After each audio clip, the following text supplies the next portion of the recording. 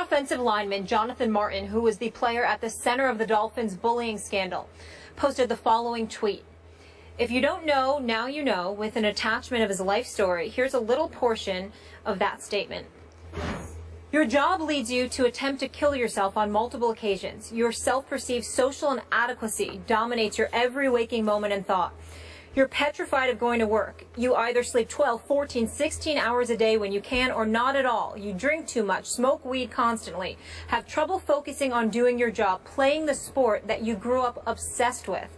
But one day you realize how absurd your current mindset is, that this blank doesn't matter. People don't matter. Money doesn't matter. Fame and notoriety sure as hell don't matter. Nothing matters besides your family, a few close friends, and your own personal happiness. Stephen A., your reactions to this post? Well, it's riveting and kind of sad, because what it speaks to is the fact that he never really had an identity. He grew up completely lost. You're in school and you don't relate to black folks, you don't relate to white folks. You're constantly questioning who you are, ultimately questioning your own worth. And to imagine that as a child you're going through that, it can definitely lead to those thoughts of suicide, etc. I dare venture to say that if you had spoken to psychology experts and things of that nature, therapists and what have you, they would trace a lot of problems that people have back to their youth, what they were subjected to, which is why it's something that we should always be mindful and careful about, particularly when it comes to kids and the level of cruelty that they could exercise against one another, because you just never know. When you see some of these, you know, the Columbine shooting and other things, and you hear kids alluding to being bothered in school and being harassed, and you know how they felt like they could never catch a break. You just never ever know what that could ultimately lead to, whether somebody elects to harm themselves or whether they elect to harm other people, unfortunately. Having said all of that, I also think it's important to note this. I know you may not agree with this, Skip Bayless, because of your feelings about Richie Incognito in terms of some of his past transgressions, the things that have been reported, the lady at the golf tournament, the team outing when he was with Miami, along with his checkered past in college and at St. Louis. But I must admit to you, this kind of gives me cause to pause as to the level of culpability that Richie Incognito actually has when it comes to Jonathan Martin. Maybe this is one of the reasons why so many of those players in Miami's locker room felt the need to come to Richie Incognito's defense as opposed to Jonathan Martin, because in their eyes they may not have had these problematic backgrounds, and because of it their mindset may have been, what is he talking about? Richie Incognito was the same way with all of us. We didn't interpret it or embrace it as bullying. So when you look at it from that perspective, obviously, instead of us engaging in a level of conviction towards Richie Incognito, we should have asked more questions about Jonathan Martin. That's not to say that Jonathan Martin was wrong or that he was at fault.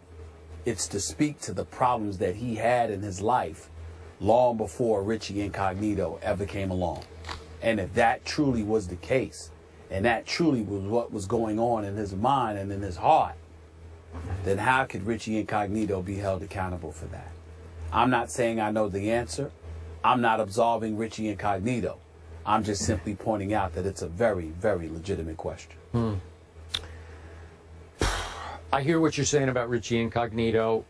I have less than zero respect for him as a human, but I get the context within which you're putting him. I think he was encouraged by members of the coaching staff, members of the front office, to help toughen up Jonathan Martin, to challenge him, not to bully him, just to push him and prod him, and in a locker room vein, toughen him up. And I guess the end game in a football context would have been for Jonathan Martin just to step up one day and deck Richie Incognito. That's what they were hoping, I think, as a staff that would happen. And then he would grow up and become a man in a football sense and a better football player. It was never going to happen. I'm here to tell you that obviously I've covered this game, the NFL game, for a long, long time. And trust me on this, I have known several players, let's say 4 players, who didn't belong in the sport of football.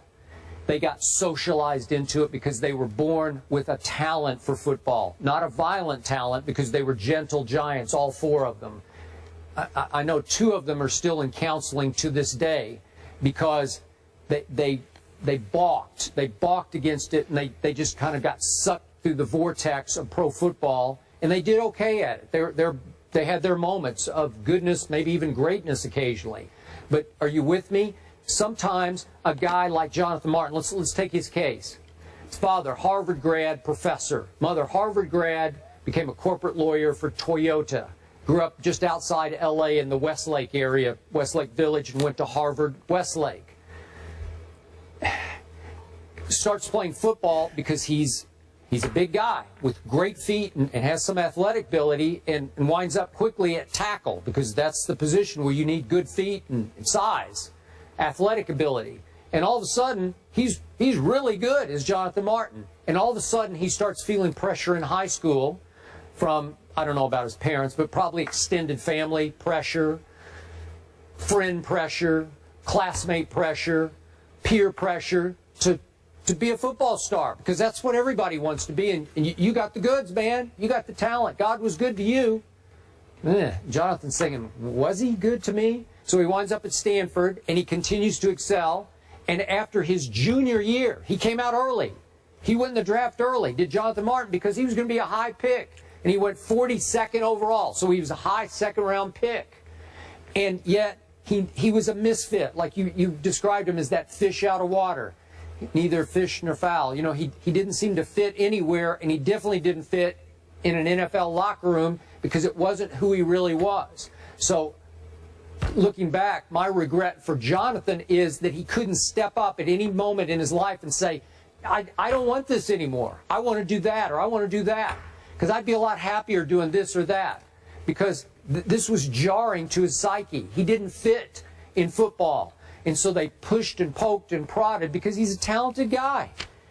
And it never clicked for him. So he was living hell on earth, especially in the Dolphin locker room, because he never belonged there in the first place. And I've known several of those players who wish they had never played football. And, of course, I argue back to him, well, you did make some money, and you did become kind of a household name, at least in your fandom. Yeah, they did, but they all tell me they wish they'd never played pro football. So maybe that's where Jonathan Martin stands right now. Well, maybe so, but I think the key thing that needs to be pointed out here, Skip, is that this is emanating from a bullying scandal. And the question remains, was he truly bullied? And the reason I asked that question is because of what Jonathan Martin revealed. Because you had players inside that locker room that were saying, what bullying? What are you talking about? Everything, I mean, this is what happens in a locker room. We endured and experienced the same thing. What are you talking about? Now, clearly it was real to him. And I don't mean to imply that the bullying scandal was fraudulent in any way. But his interpretation of bullying may be completely and entirely different than what someone else's is. And when Richie Incognito had that interview with Jay Glazer, he pointed out the communication and the text messages and all of this stuff that went on with him and Jonathan, even in the aftermath of what happened. I don't know how we ignored that, especially in light of what he's revealed about himself. What he revealed about himself has a lot to do with what he has endured his entire life, long before he ever arrived in an NFL uniform. And if that's the case, in the interest of fairness, regardless of what kind of despicable allegations have been aimed in the direction of Richie Incognito prior to the bullying scandal, as it specifically pertains to this scandal, we must ask ourselves, how much legitimacy does it truly deserve as it pertains to the guilt of Richie Incognito in light of what Jonathan Martin has told us about himself? We have, in the interest of fairness, you have to do that with Richie Incognito, because I got to tell you, reading this stuff right here, this seems to me to be a Jonathan Martin issue. It seems to me like Richie Incognito may have very well gotten a raw deal.